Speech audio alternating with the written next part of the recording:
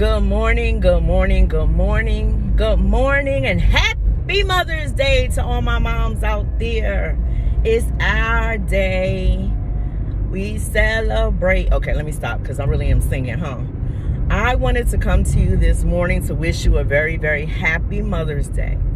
And you know, God always gives me a message. He always has me use stuff that I go through or talk about, live through, whatever, to bring a message to you. And I wanted to tell you today, no regrets. So I was having an interesting conversation with someone, and their viewpoint is money is number one. Well, not after God. I mean, not before God. Excuse me, let me say this correctly. They love God. They serve God. They're with God. But their focus after God is making money. Everything money. My focus is a little different. Money is very important. You need money for bills. You want money for the lifestyle that you want. You don't want to have, worries and stress. And unfortunately, things cost.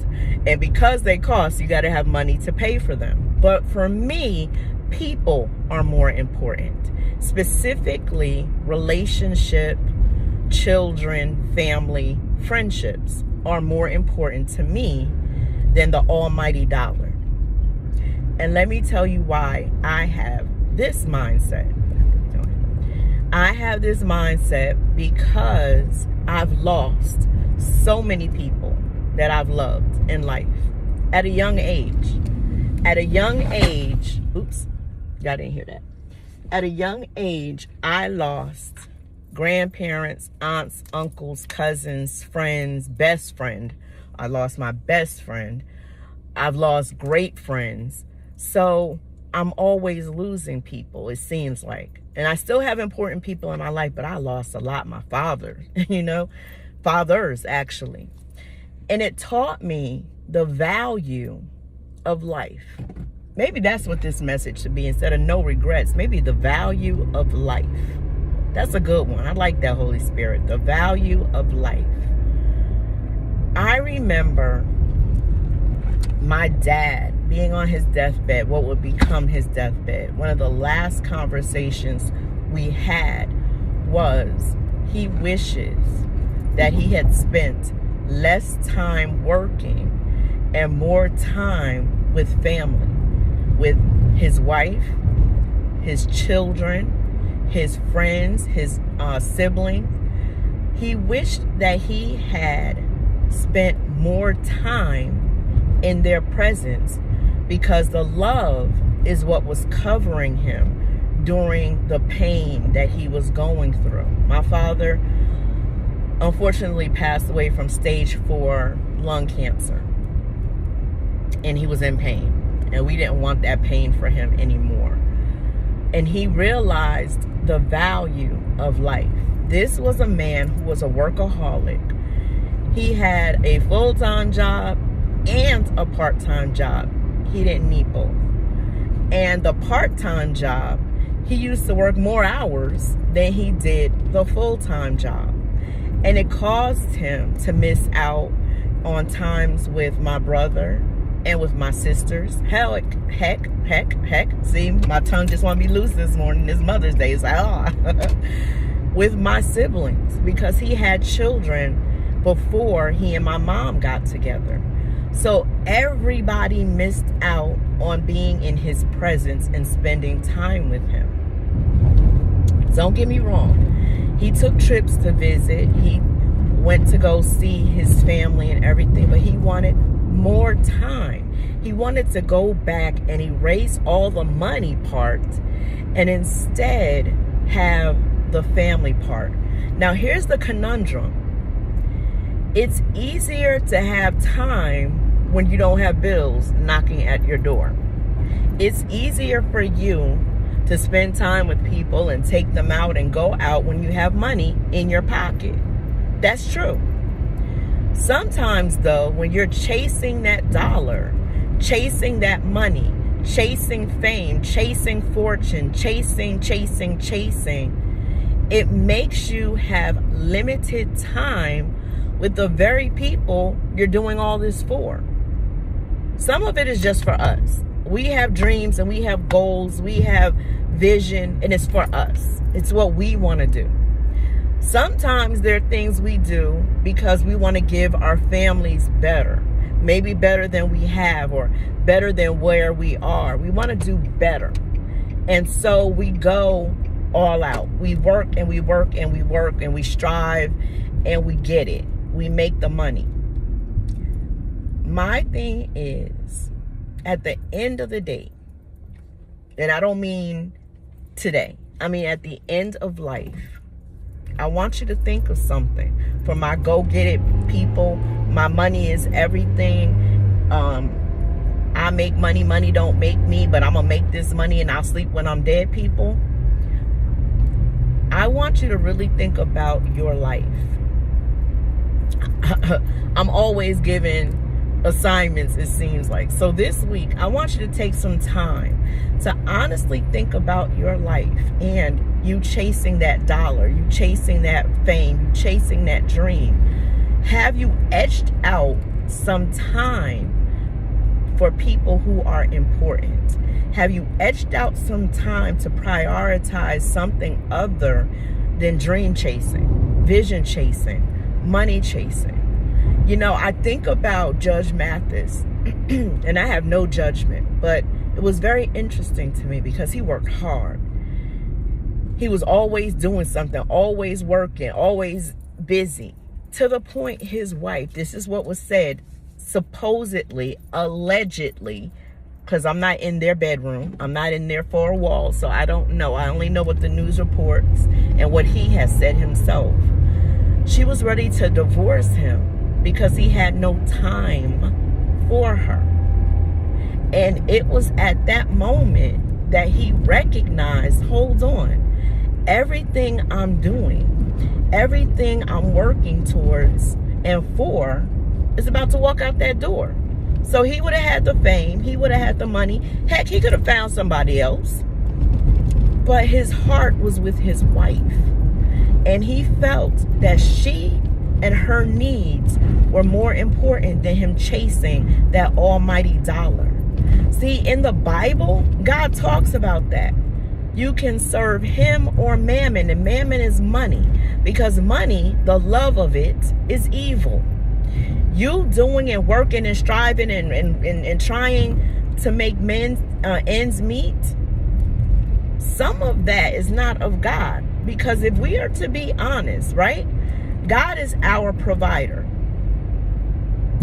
If sometimes we would obey God and do what he asked us to do, even when it's uncomfortable, even when it cuts into what we want to do, if we would see provision more than what we're seeing. So maybe some of that striving, some of that working and chasing wouldn't have to happen because we're being obedient. And since we were being obedient to what God had for us, God would take care of our portion. God would take care of our money. You ever heard, if you're busy about God's business, he takes care of your business? Some things that we choose to do is because we choose to do it. We like it. We love it. It's comfortable. We like the limelight. We like the accolades. We like people patting us on the back. We like attention. So we do some things sometimes that really is not necessary. And for some things in life, yeah, you got to kick it up a notch. Yeah, you got to work hard at it. Yeah, you got to do it. But you also have to unplug, because you'll have it and lose everything.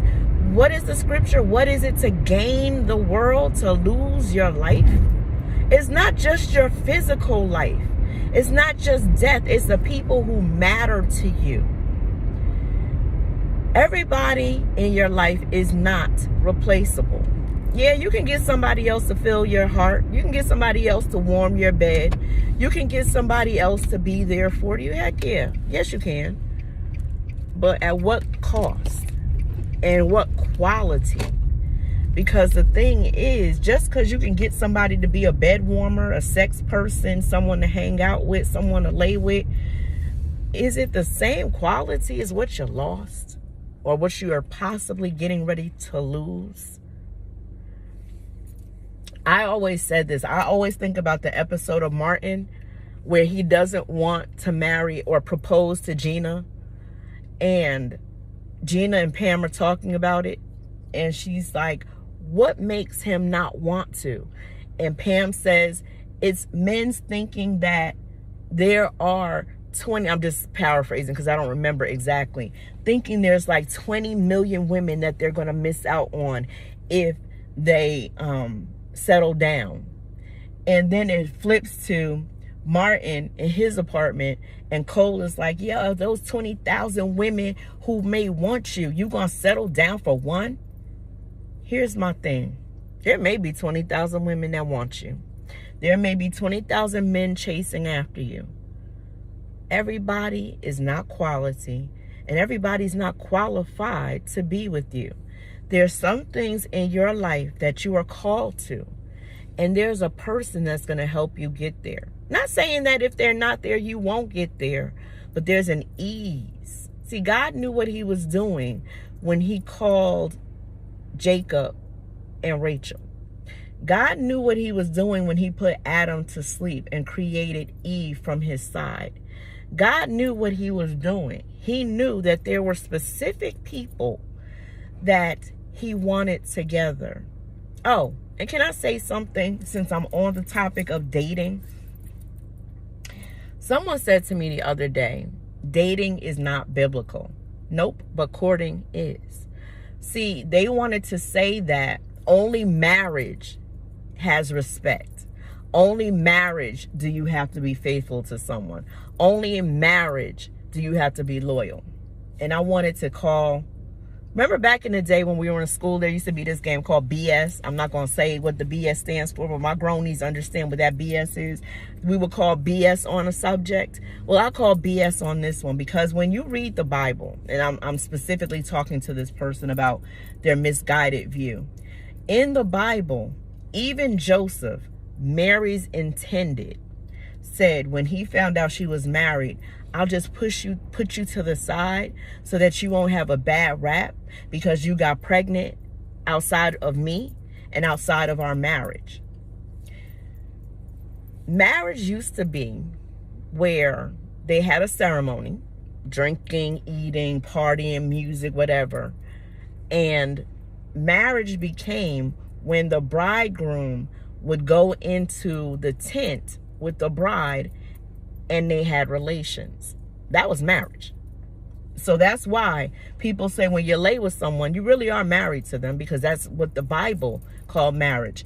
We didn't have all these priests and preachers and justices of the peace in the Bible that married you. That wasn't a thing.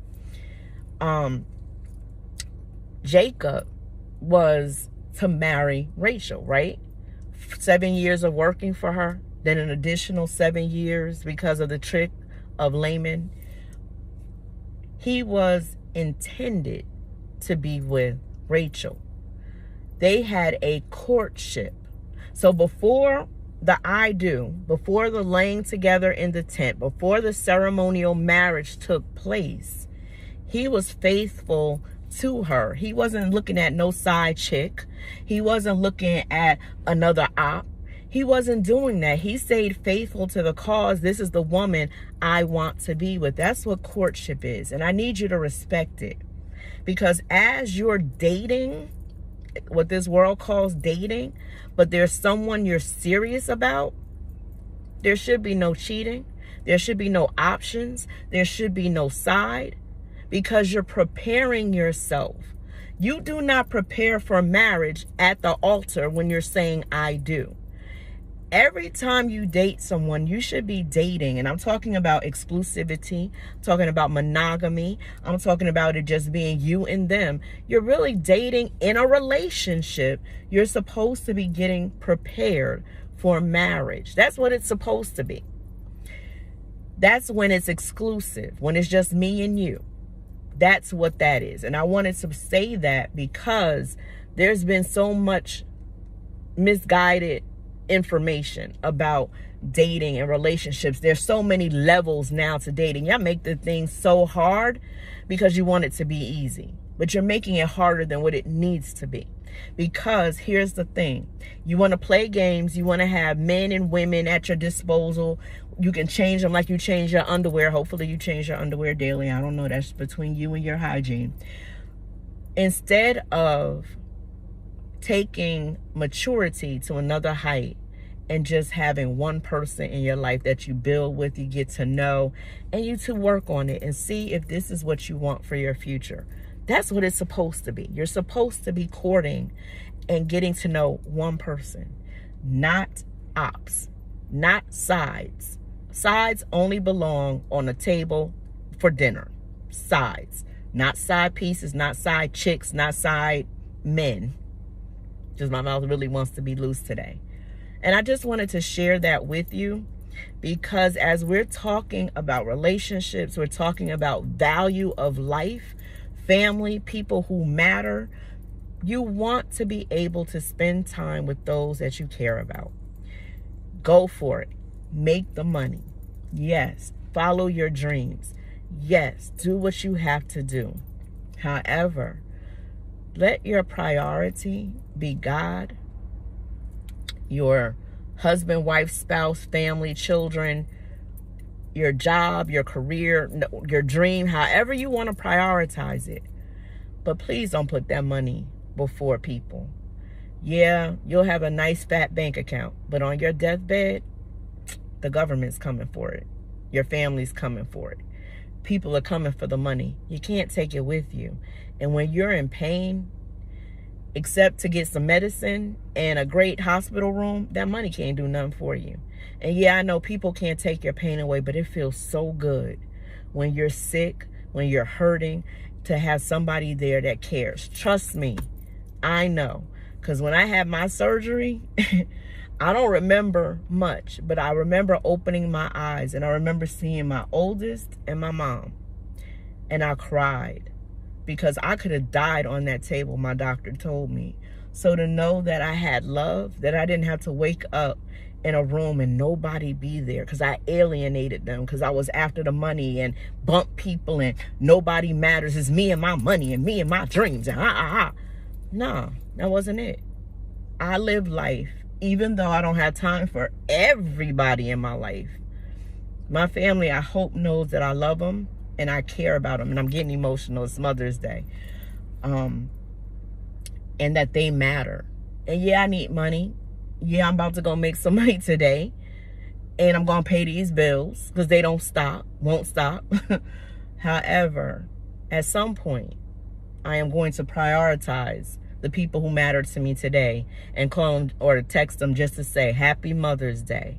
Or for those who aren't mothers, just to say I love you and I appreciate you. And I'm just saying that sometimes you've got to be about people more than you are about that money.